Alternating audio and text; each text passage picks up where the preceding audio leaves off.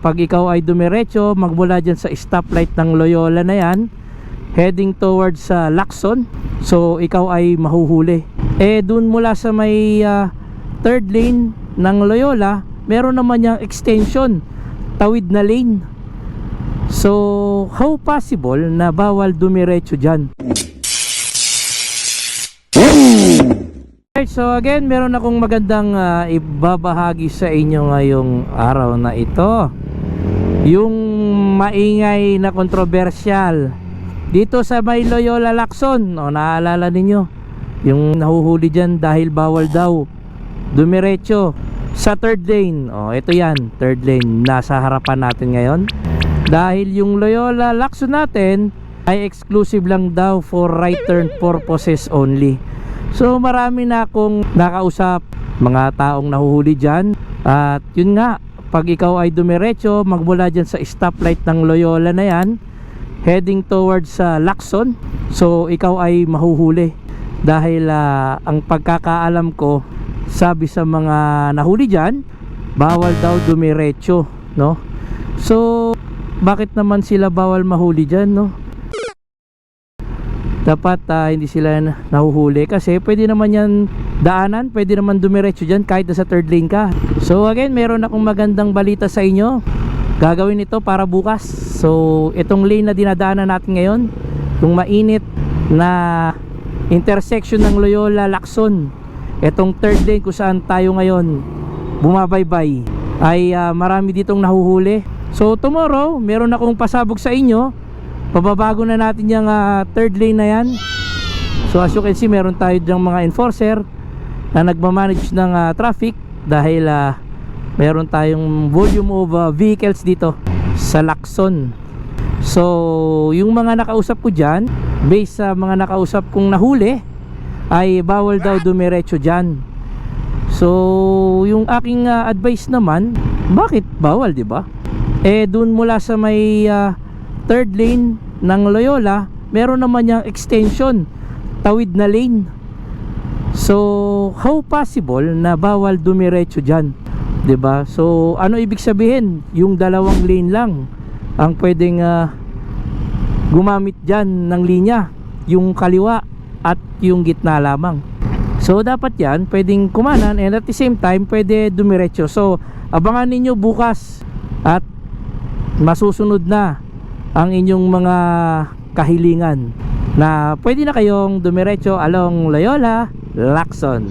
So abangan nyo bukas. Alright, so para sa mga bumabiyahe dyan, ride safe and keep safe always. Ingat sa pagmumotor dahil may mga pamilya pang nag-aantay sa ating mga tahanan. Alright, God bless. Alright, good morning. So ngayon ginagawa na yung ating Loyola Lacson, itong ating inner right lane, kung saan ay nilalagyan na natin siya ng arrowhead para maiwasan natin yung mga uhuli rito, yung ating mga motorista. Malaya na silang dumiretso kasi itong Lacson Loyola na ito, maraming nahuhuli rito at na-apprehend gawa ng sinasabi nila bawal daw dumiretso dito. Pero kung inyong titingnan, pwede naman siyang dumiretso kasi unang-una sa lahat, continuous lane itong third lane, inner right. So dun sa may tawid natin, meron tayong ron, continuous lane papunta ng Dapitan, Lacson, Earnshaw. So wala akong makitang dahilan para sabihin nila na bawal dumiretso dito. Actually, pwede pong dumiretso yan. It so happened lang na nawala yung arrowhead lang. Dapat may hindi pagdating basta kang diretso. Pero kung tutusin sir, pwede naman yan dumiretso sir. Wala naman po nagsasabi dyan na bawal po tayong dumiretso kasi continuous lane po ito. So pagtawid nyo po ng Loyola, meron pong karuktong na street po papunta ron. So pwede po dumiretso. Wala po nagsasabing bawal. Pero yung kami basta na nahuhuli. Opo. Sige po. So now, kinausap natin ng North Manila ng DPWH sa pamumuno ni Sir Engineer Jose. So ayan, lalagyan na nila ng markings yan para possible na siyang anan at pwede na rin dumiretso. So sir, tanong ko lang yung ganyan, anong activity po yung ganyan na ginagawa? Ano to sir, ginagawa namin sa train anti-thermoplastic. Okay, thermoplastic. May mga iba-ibang klase po kasi ng pagte-thermo. Ito nga po sir, ito yan. Oo. Ito, yung sinasabi na Pedestrian lane na ano, walang zebra. walang fibra. Zebra line. Opo. Okay. Ngayon, since aided na rin naman na po siya, itatama na rin po namin siya. Okay. Paggawa para kahit paano. Malinis, no? Tsaka bagong pintura lahat. So ito sir, sinusukat pa rin pala yan, ano? Sir, kasi kung makikita nyo po kasi, ito kasi sir, existing na. Kaya dinugtungan na lang po namin siya. Kaya dito, kaya nakita nyo sir, may mga metro pa nagamit. Panukat, no? Talagang accurate dapat yung gawa natin. At saka sir, walang ano, no? Kokorek natin sila. Walang mali yung sinasabi nila, no? Oo sir.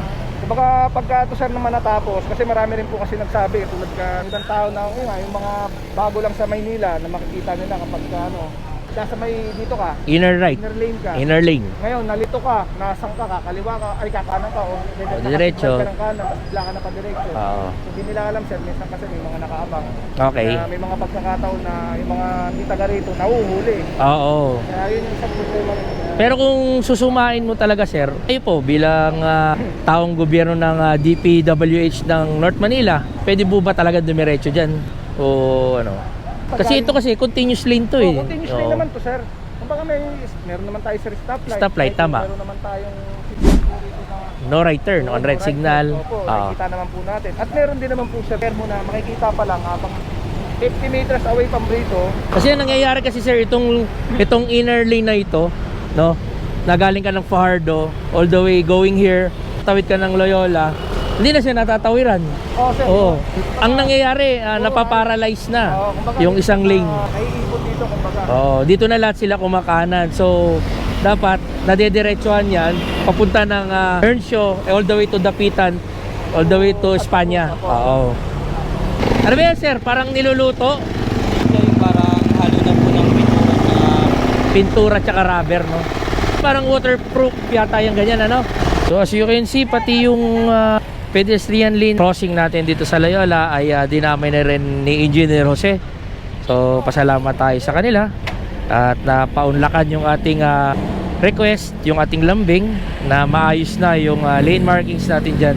May spearhead ng ating Loyola Lacson, and yung ating pedestrian lane na rin as well, meron na rin siya linya. So regalo natin yan kaya sa mga taong bayan. So as you can see, nilalapad na yung ating thermoplastic. Ganyan ang paggawa ng mga arrows na yan, o yung tinatawag na lane markings natin, kung saan yan ang magbibigay ng guide sa atin sa kalsada.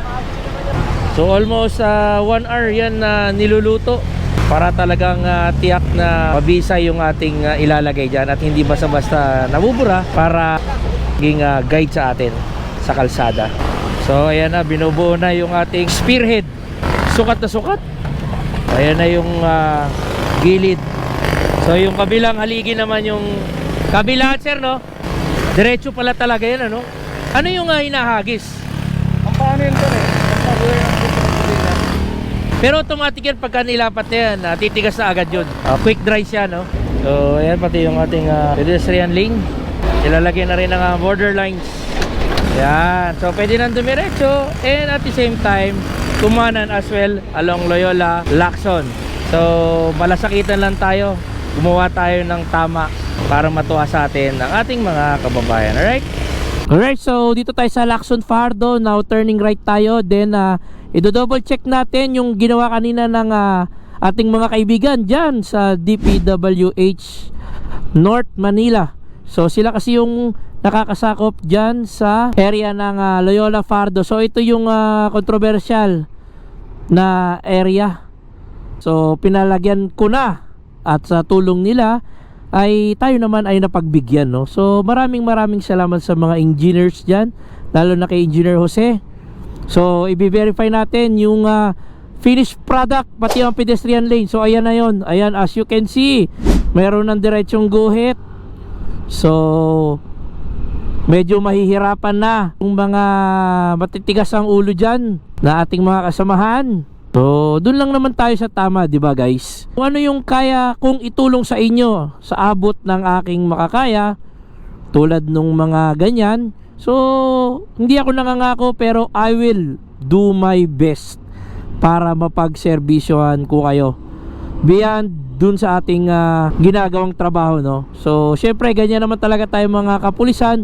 Kung ang ating puso at isip ay talagang para sa serbisyo, wala tayong problema dyan. Kung kaya natin aksyonan, gagawin natin para lang sa ikagaganda, di ba? Dito sa bagong Pilipinas, ang gusto ng pulis, lagi kayong ligtas. So yan, sa ginawa natin na yan, mapiprevent na natin yung mga allegations dyan na kapag daw ay dumiretso kayo from Lacson Loyola all the way to Earnshaw heading towards Lacson, Spanya, titikitan kayo dahil pinagbabawal daw doon. So siguro naman dyan sa ating sakripisyo na paglalagay ng markings ay maraming tao tayong matutulungan. Matutuwa sila dito sa ating lungsod ng Maynila dahil nabigyan natin ng kahit papanong aksyon yung ating mga kababayan dyan na nagre-reklamo. So tag nyo dito sa ating page sa Artikulo Motovlog kung ano pa yung kaya nating itulong, kung ano yung inyong mga complaints, suggestions, baka kaya nating remedyuhan. Titingnan natin, di ba? Hindi naman natin yan uurungan. Kung sakaling kaya naman at nasa tama, doon lang tayo. Huwag nating abusuin yung ating mga kapangyarihan sa posisyon or sa offices kung tayo ay nabibigyan ng kahit konting options para dyan, no? So serbisyo lang tayo ng tama, huwag natin abusuhin at maging masaya tayo sa araw-araw para lagi tayong maraming kaibigan, di ba? Kaibigan ng ating dapat iniipon, hindi kaaway, tandaan nyo yan, alright? So again, ride safe, keep safe, and signing off muna tayo ngayon, alright? God bless.